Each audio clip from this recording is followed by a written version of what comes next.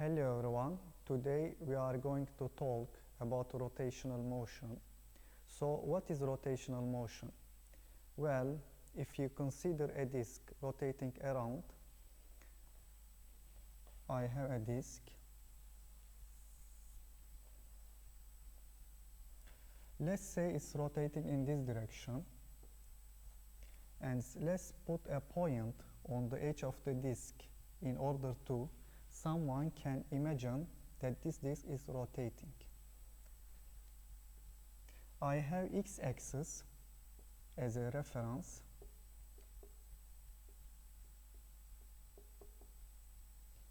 Sometime later, this point will be in a different position.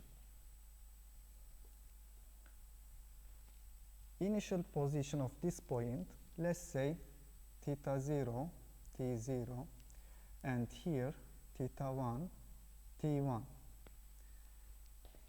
Angular displacement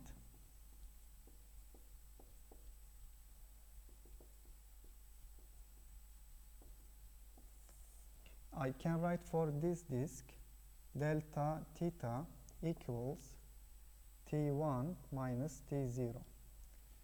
Now, how fast this disk is rotating or spinning?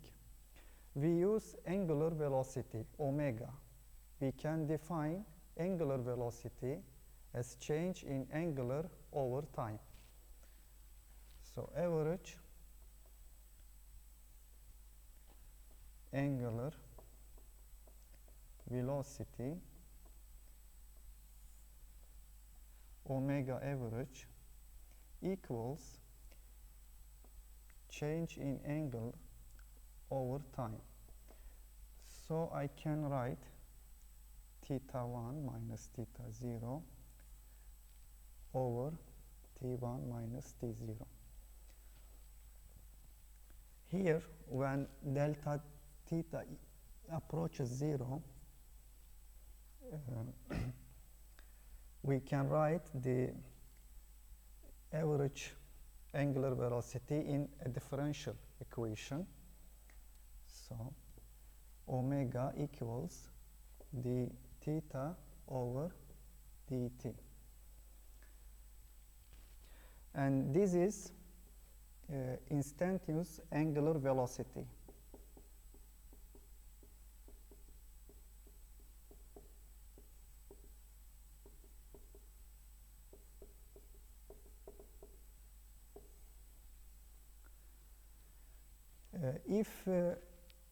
If angular velocity of rotating disk decreases or increases, then the disk has acceleration, angular acceleration. Let's say omega 1 and omega 2 be its velocities at times t1 and t2 respectively. So I can write angular acceleration, average angular acceleration, change in omega over time, and this is omega 2 minus omega 1 over t2 minus t1.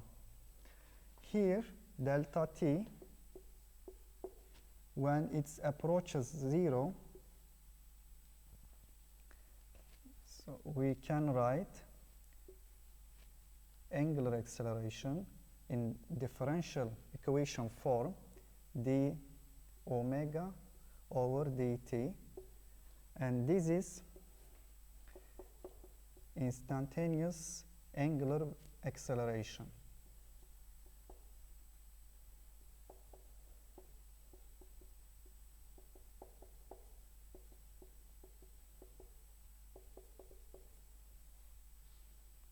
Talk about conservation of angular momentum.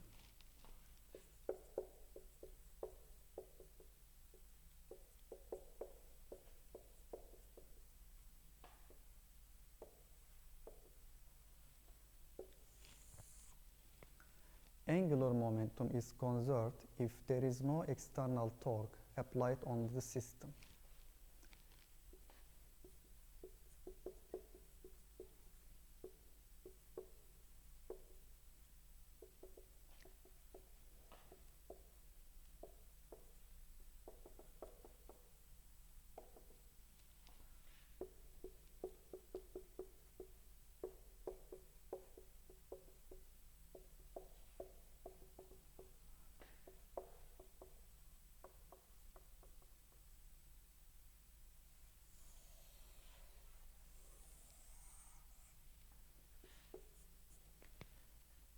other words, initial angular momentum of the system and final angular momentum of the system will be the same, are the same, and this is constant.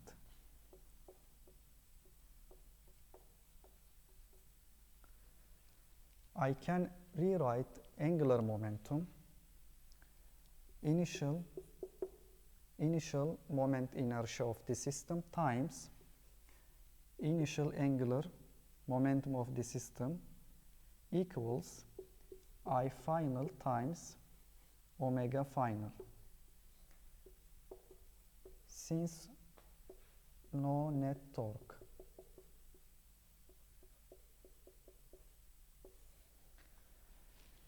If moment inertia of the system increases, angular velocity of the system will be decreased, or moment inertia of the system, if decreases, angular velocity of the system will be increased because of conservation of angular momentum. Equipment of the experiment. In this experiment, we will use rotational dynamics apparatus and air pump. Air pump is needed to decrease the friction on rotating disc. We have here two steel discs. They are identical and each one has 200 black bars. And here there is an optical reader. This will count the black bars on steel disc. And we have here display switch. It can be moved upper or down position. If its position on upper, optical readers will count the black bars from top disc. And we have here valve pin. This helps us to separate each disc when they are rotating.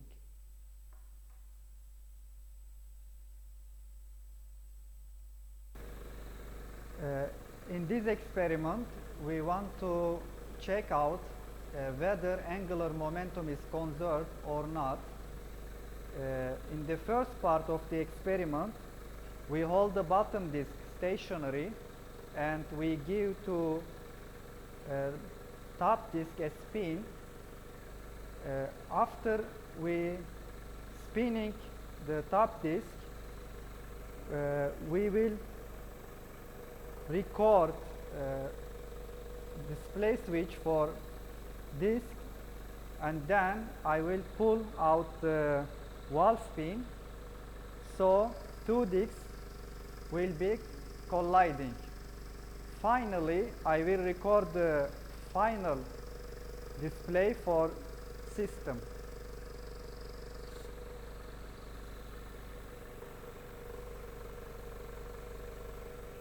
Now I start spinning top disc.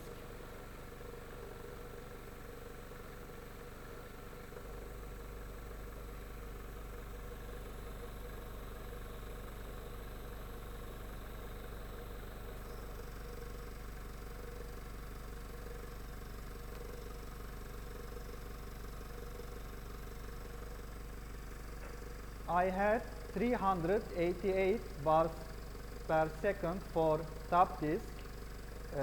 This is display readings, and for the system we had 174 bars per second.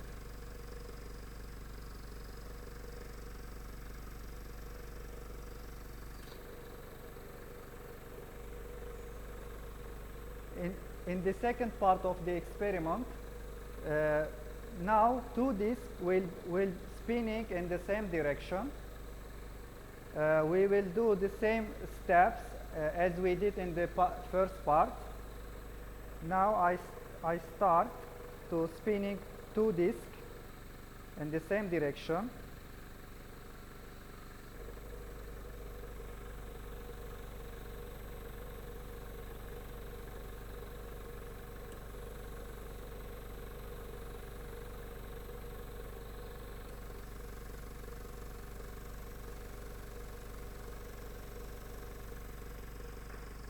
our data for this part, initial display reading for top disk 347, and for bottom disk 300, and for the system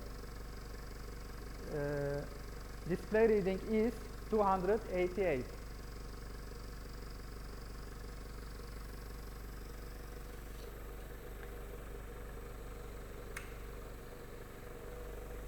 Part 3, in this part, now two disks spinning in opposite direction.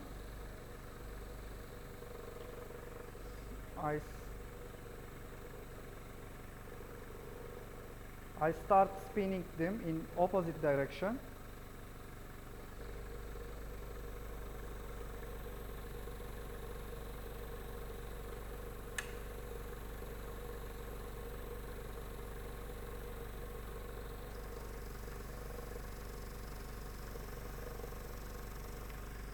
So our data for this part is for top disk display reading is 330, and for bottom disk 154, and for this final reading for the system 95. Okay, calculation part. For part 1, we had two disks. The bottom disk was stationary, so initial angular velocity for this disk is 0, and we had the top disk rotating in clockwise direction, so its direction in clockwise. The top disk rotating in the clockwise direction. We choose the clockwise direction as a positive. Sometime later, two disks combine, and we have here final angular velocity.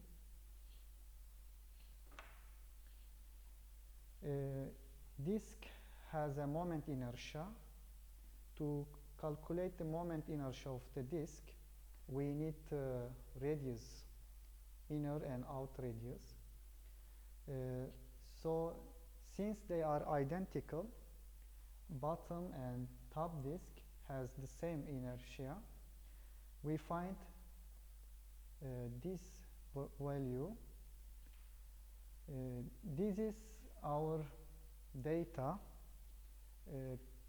They are in bars per second. We need to convert this data to angular velocity.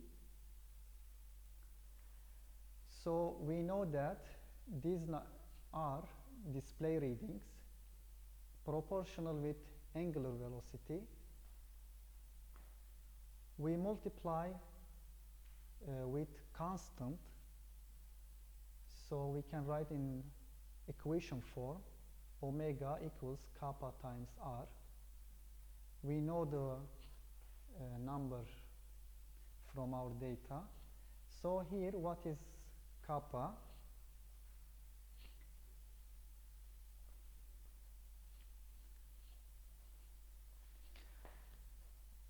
Kappa is 2 pi over number of black bars, and this is constant. So we first convert for the initial angular velocity for top disk, and this is 12.65 radians over second. Bottom disk angular velocity is 0 because it is stationary, and then final velocity for combined disk, it is 5.68 radian over second. Now we want to check initial angular momentum and final angular momentum of the system are the same or not. Initial angular momentum for the system before two disks combine. This is for top disk, initial moment, angular moment for top disk, and this part for bottom disk, and we calculate and we find 401 times 10 to minus 4 kilograms meter square per second. We also calculate the final angular momentum for a system for combined disk. We find the angular momentum 360.11 times 10 to minus 4 kilogram meter square per second. They are approximately close to each other. So we can say from this result that angular momentum is conserved. Calculation part 2. We have similar calculation as we did in previous part 1. In part 2, in the experiment, let me remind you what we did. We rotated two disks in the same direction. After they reaches angular velocities, the top disk falls on bottom disk, so two disks overlapped. Here we choose the clockwise direction as a negative and counterclockwise direction as a positive. This is the moment inertia of our disk. They are identical, so they have the same value. So this is our data. We need to convert the data to angular velocities. We find for top disk initial velocity minus 10.9 radians per second. This minus indicate that it rotating in this direction. For bottom disk we have minus 9.42 radians per second, and our for common velocity for two disks is minus 9.04 radians per second. This is initial angular momentum before two disks overlapped, and it is 6.44 times 10 minus 10 to minus 2 kilograms meter square per second, and for final angular momentum we find minus 5.73 times 10 to minus 2 kilogram meter square per second. Two values are close each other. There is a bit difference because this caused by human measurement error and friction on the system. Here the minus indicate the direction of the angular momentum.